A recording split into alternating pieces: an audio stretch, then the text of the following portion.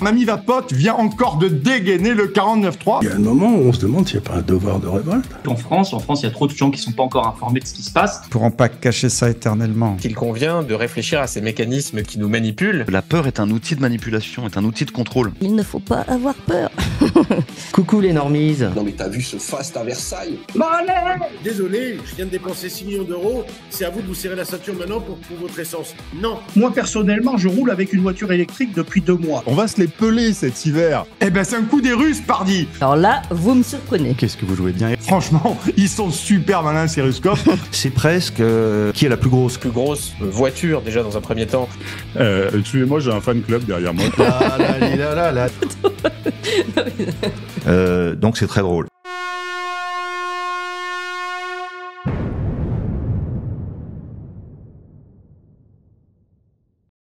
On va recevoir François Belay, qui est producteur d'idées, expert en communication, et il vient de publier L'homme politique face au diktat de la com à l'Institut Diderot. Allez, on reçoit immédiatement François Belay après le jingle, chers amis.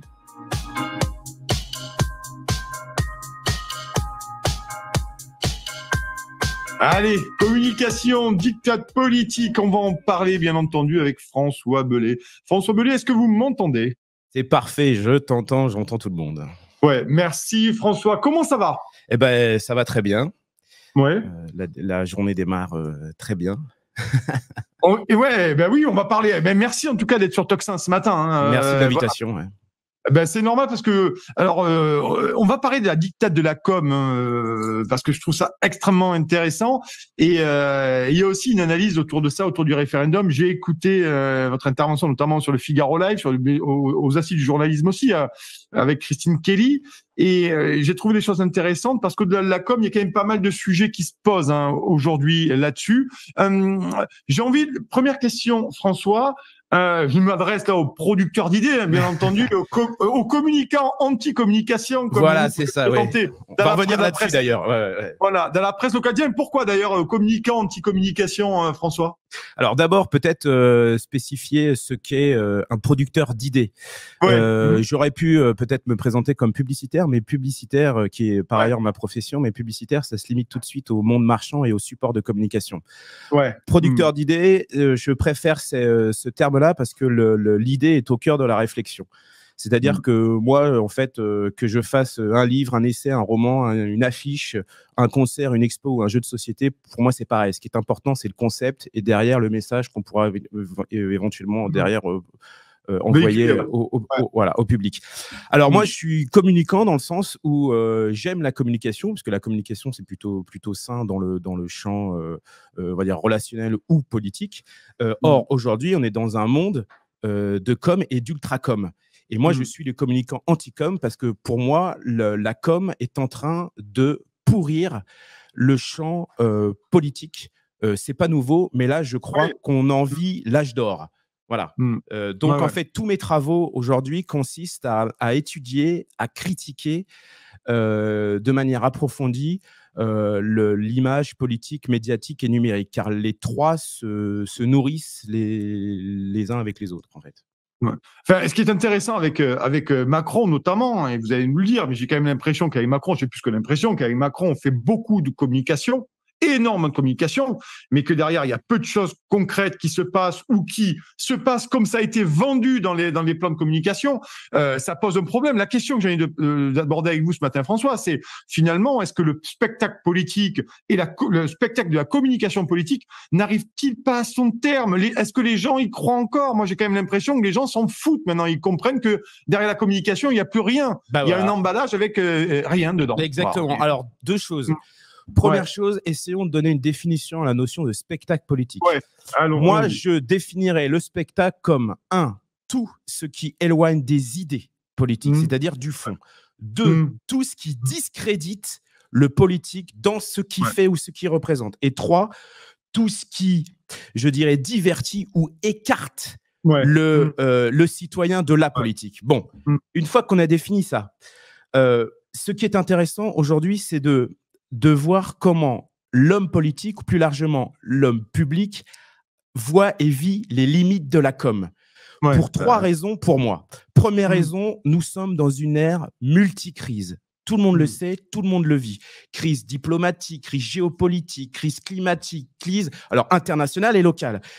Plusieurs chiffres que j'ai vus hier, que les téléspectateurs et auditeurs ont vu aussi, j'imagine.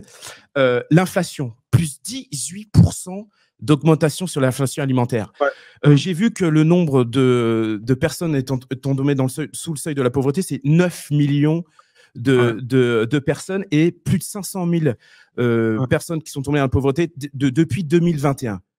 Là, François, là-dessus, je me permets, je vais vous laisser poursuivre, mais Bruno Le Maire, en termes de ça, il vient sur les plateaux télé pour nous expliquer absolument le contraire. Il nous dit qu'il ne faut pas noter sur le tableau, qu'il récuse l'idée de l'appauvrissement. Donc là, on est vraiment dans un exemple probant de quelqu'un qui vient sur les plateaux télé nous dire le contraire de ce qui se passe réellement au vu des chiffres que vous avez donnés. Alors ça, c'est classique. Il s'appuie sur un élément de com qui, en gros, ça s'appelle les éléments de langage. Donc il vient défendre un petit peu. Son bout de gras, entre guillemets. Bon, premier élément, donc, ère multicrise. C'est-à-dire que dans ce contexte, dans cette époque et de par la conjoncture, on ne peut plus faire de la com. Premier élément. Deuxième élément, nous sommes dans une ère de défiance globale et totale à l'égard de l'homme politique et plus largement de l'homme public. 38% des Français n'ont pas du tout confiance au président de la République. 54% des Français se méfient des médias. 45% des Français n'ont plus confiance, ont confiance aux instituts de sondage. Autrement dit, 1 sur 2. Et un Français sur 2 estime que ce n'est pas parce qu'un scientifique démontre un fait que ce fait est vrai. Donc, on voit bien qu'aujourd'hui, on ne croit plus personne. Ça veut dire quoi derrière? C'est l'heure de la com est terminée. Troisième élément, la communication, plutôt la com telle qu'elle est pratiquée aujourd'hui, ne fonctionne plus dans le champ politique pour une raison très simple. C'est que si elle est pensée pour conquérir le pouvoir, elle n'est pas adaptée du tout à l'exercice du pouvoir. On l'a vu pendant les Gilets jaunes, incapable de communiquer sérieusement. On l'a vu pendant le Covid, impossible d'envoyer des messages pour rassurer. Et les crises se multiplient, la com continue et le fossé se creuse entre le monde politique et la base, je dirais, citoyenne. Une question que j'avais vous poser, parce que c'est quand même quelque chose qu'on entend, et quelle est la différence aujourd'hui, François, entre la communication et la véritable propagande? Parce que pour moi, on vit sous bien des aspects une véritable propagande aujourd'hui sur bien des sujets. Ça a été l'Union européenne, ça a été toute une série de sujets. Là aussi, la frontière est ténue entre la communication et la propagande. Alors c'est intéressant parce que pour moi, il y a même 3 notions. Il y a propagande, com et communication.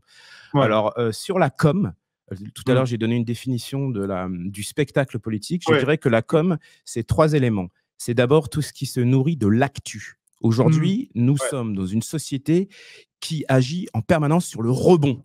Les hommes politiques rebondissent sur l'actu. Finalement, quand on parle, il impose son agenda. En fait, en vérité, c'est faux. Ils imposent jamais rien. Ils rebondissent sur l'actualité. Qui, en fait, c'est même pas l'actualité, c'est l'actu. Parce que pour moi, l'actualité, ça induit une hiérarchisation dans le contenu. L'actu, en fait, tout est actu, puisqu'aujourd'hui, on est dans une société de contenu où tout se vaut. Bon. Donc, 1, l'actu. La com, c'est l'actu. 2, on est dans le temps court. C'est ce qu'on appelle la sacro-sainte séquence. L'homme politique crée des séquences. Alors, 1 jour, 3 jours, 8 jours. Alors, c'est la baya, c'est l'immigration. Tout. On a un sujet. On y va à fond par des éléments de com, d'apparition, de discours. Et puis après, on passe à un autre sujet. 3e élément, on est là dans le diktat de l'émotion. On ne peut pas attaquer un sujet, prendre un sujet autrement que par l'émotion. C'est-à-dire l'indignation, la polémique, le clash, la petite phrase, la punchline. Bon, et ben voilà. Et donc, pour moi, la com, l'actu, le temps court, l'émotion. Et donc, la communication, ce serait exactement le contraire.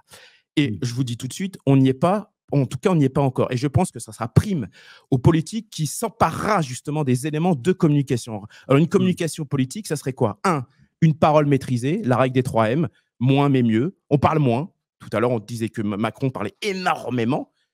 Donc, le politique est aujourd'hui devenu inaudible. 2e élément, on s'inscrit dans le temps long. Ça veut dire qu'on n'est plus sur des sujets porteurs sur le plan marketing, mais sur des sujets prioritaires. Et en général, on s'aperçoit que les sujets porteurs ne sont pas forcément les sujets prioritaires. 3e élément, on communique hors médias. Ça serait nouveau. On peut aller communiquer, ça veut dire on est dans le réel, sur le terrain, dans une démarche de co-construction. Vous voyez bien que, par exemple, avec les Gilets jaunes, on a écouté les gens, on a fait les cadets de doléances et tout. Finalement, on n'a écouté personne. Bon. Oui. Et puis on ne voulait pas les écouter surtout, François. On voulait pas les écouter. Et après, il y a la propagande. Et là, la propagande, c'est une notion qui est intéressante, qui est vieille comme le monde, et qui se renvoie d'ailleurs aux travaux de Édouard Bernet sur Propaganda. Et oui, mais là, elle est vulgaire, François. Là, elle est vulgaire et elle se voit. Elle est grasse, là. Vous voyez? Elle est grasse et vulgaire. Disons que maintenant, ce qui change aujourd'hui avec les réseaux sociaux, c'est qu'elle est décodée facilement. Et décoder, dénoncer facilement. Donc, mais c'est intéressant parce qu'avec les réseaux sociaux, on voit bien que tout ça fonctionne. Alors, les mécanismes sont les mêmes, mais je dirais que le public est plus éveillé. Ouais. Alors d'ailleurs, c'est marrant, je vous prends une question du live parce que vous êtes très nombreux sur le live ce matin. Beaucoup de commentaires. Merci beaucoup. N'hésitez pas à mettre des likes. Je sais que c'est le temps de la communication, mais c'est aussi les algorithmes qui nous obligent à ça. En tout cas, merci. Béatrice nous dit d'ailleurs où sont passées les punaises de lit en termes de thème. Ça aussi, c'est typiquement un truc où Béatrice, qui est une fidèle auditrice, nous dit où sont passées les punaises de lit. Elle a tout à fait raison. Béatrice, elle a raison. Et donc, elle coche tout simplement le deuxième point. Tout à l'heure, je parlais du temps court et de la politique par fragment, par extrait, par séquence, les punaises de lit. Alors effectivement, où sont-elles? Là, en dessous, là, peut-être en dessous, là, non. Non, ici, il n'y en a pas. Ici, il y en a pas. C'est encore un coup des Russes, ça.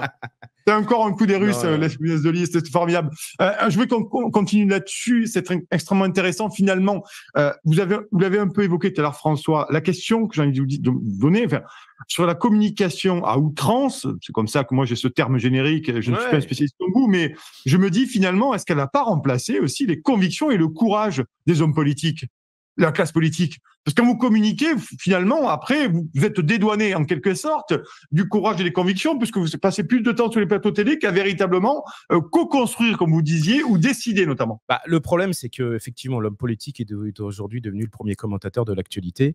Donc effectivement, d'abord, il ne la crée plus, puisque pour la créer, il faut quand même avoir une actualité, c'est-à-dire au moins avoir une idée. Tout à l'heure, je parlais de producteurs d'idées. Il faudrait que les hommes politiques, et d'ailleurs, par ailleurs, les partis politiques, pourquoi pas, pourraient être des producteurs d'idées, de concepts. C'est le but, en fait, à la base.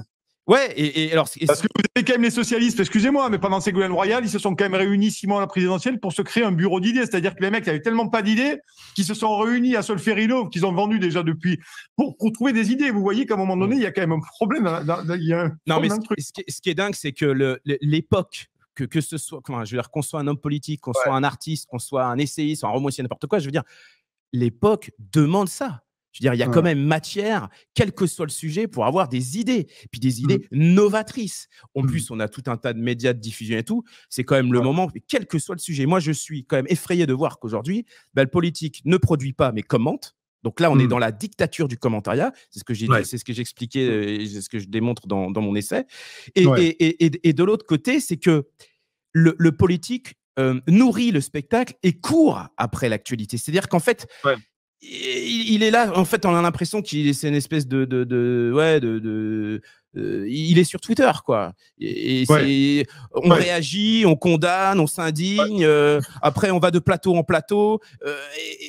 Et concrètement, se pose la question, c'est est-ce qu'il ne reste pas que la com pour le politique, dans la vie politique.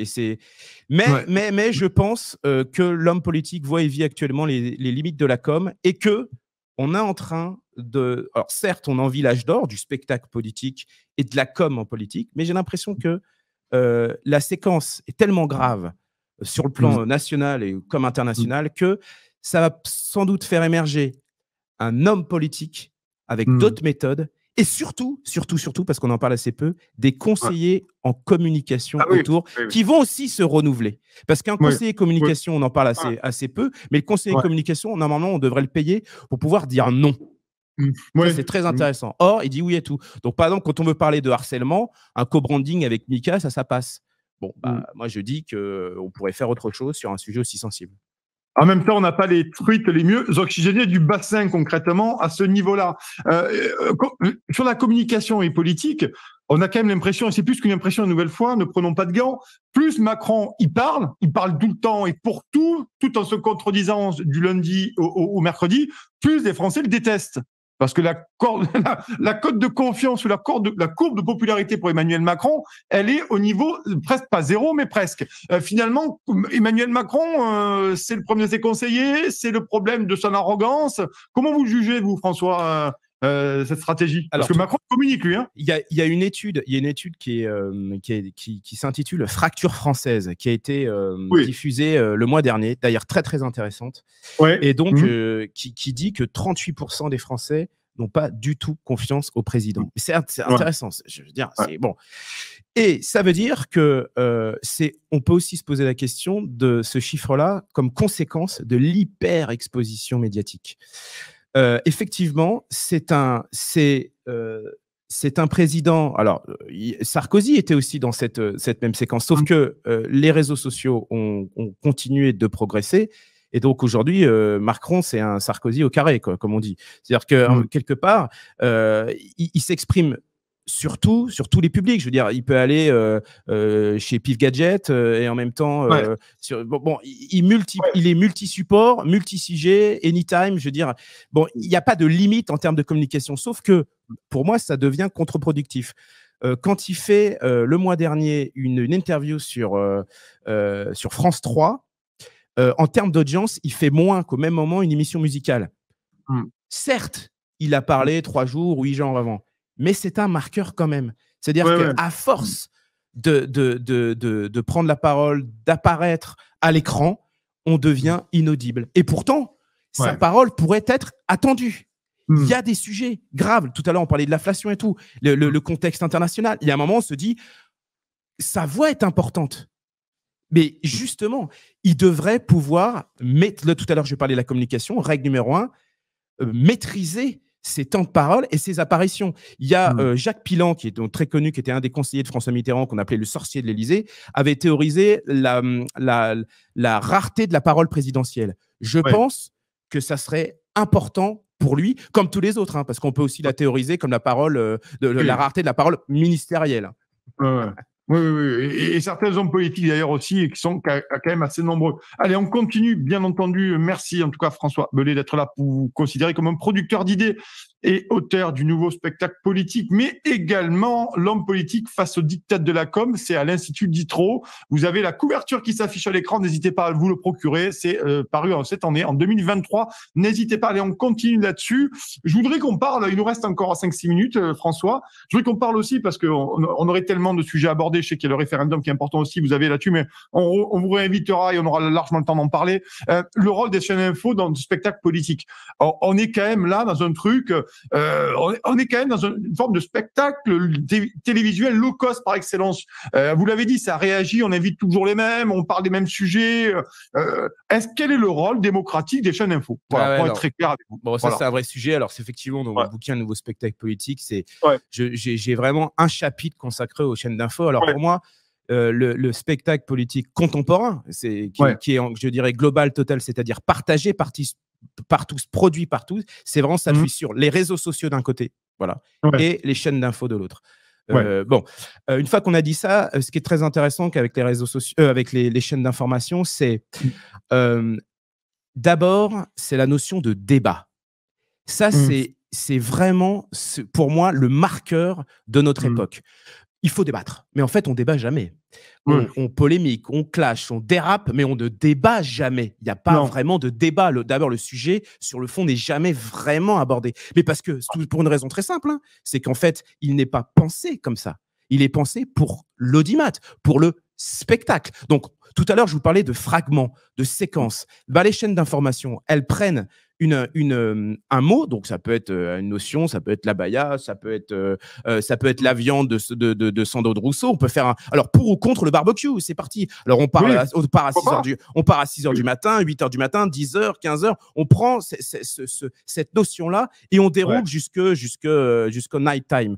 Ce que je veux dire derrière, c'est que il y a une analyse d'abord esthétique des chaînes d'information, c'est-à-dire le macaron, le bandeau déroulant, la notion d'édition spéciale, d'urgence et surtout d'alerte info. Tout à l'heure, je vous parlais d'actu et d'actualité. Les chaînes d'information, globalement, on n'est pas dans l'actualité, on est dans l'actu. C'est-à-dire que tout est actu. Je veux dire, quand le groupe, les 3 cafés gourmands se séparent, ça devient une alerte info. Voilà. Et donc, ce que je veux dire par là, c'est que tout est marchandisé pour faire du spectacle. Et à partir de là, donc, on croit débattre en fait, on crée du bruit, c'est le bruit permanent, et puis c'est surtout, ça s'appuie sur le commentariat et une règle d'or, l'émotion. On est dans le diktat des émotions. Et puis on est dans François Bellet, pour connaître un peu ce monde-là, on est aussi beaucoup dans la gloriole des invités, des éditorialistes qui sont contents d'être là. Il y a le côté maman, je suis à la télévision, et vous avez raison quand vous dites qu'il n'y a pas de débat, parce que chacun prend la parole, dit son truc, et puis finalement, il y a très peu d'interaction avec les uns et les autres, parce que ça aussi, ça fait partie quand même du show télévisuel. Hein. Et c'est ça. Non, mais en fait, mais absolument. Je pense qu'on est aujourd'hui dans le diktat de l'écran, dans le diktat du vu. Il faut pas tant produire des choses. Tout à l'heure, on parlait d'idées, de concepts et tout. En fait, on s'en fout. On produit rien. On est une époque assez pauvre là-dessus.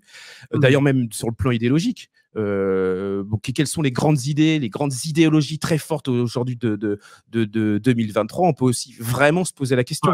Donc, on est dans un espèce de flot de paroles en permanence. C'est ce que j'appelle vraiment le bruit permanent. Qu'est-ce qu'il en reste? Qu'est-ce qu'on retient? La vraie question, c'est est-ce que moi-même, je ne contribue pas à cette société spectaculaire? C'est autre chose. On essaie en tout cas. Allez, une dernière question. Merci François Bellet d'être passé par nos studios. Une dernière question là-dessus. Vous avez tweeté notamment quelque chose qui m'intéresse parce que c'est aussi le but de ces médias indépendants comme les nôtres, hein, Tox Média. Vous êtes pratiquement plus de 2000 ce matin actuellement en ligne. Beaucoup de commentaires, hein, beaucoup. C'est que sur YouTube, hein, parce que vu qu'on diffuse sur tous les réseaux, j'ai que les stats YouTube sous les yeux. En tout cas, merci. Mettez des likes, mettez des pouces énormément. On vient de passer la barre des 1000. Allez, on continue. Et beaucoup de commentaires. J'ai pas le temps de tout lire, mais je vais lire après. Vous disiez lutte contre les manipulations, c'est développer l'esprit critique face à la une de presse, un titre, un hashtag. Finalement, oui, parce qu'il faut quand même se baser du côté des citoyens. Comment faire face? Et très rapidement, en 2 minutes, cher François Bellet. Comment lutter contre les manipulations? Effectivement, développer l'esprit critique. Deuxième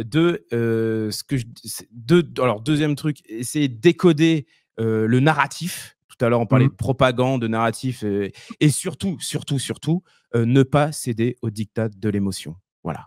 Et je pense que le grand retour de la raison dans l'analyse objective des événements, je pense que c'est une des clés pour s'en sortir. Et dans la fin de ce tweet, j'avais comme dit, j'ai un secret qui m'a été donné une fois par quelqu'un, et je vais le donner aujourd'hui.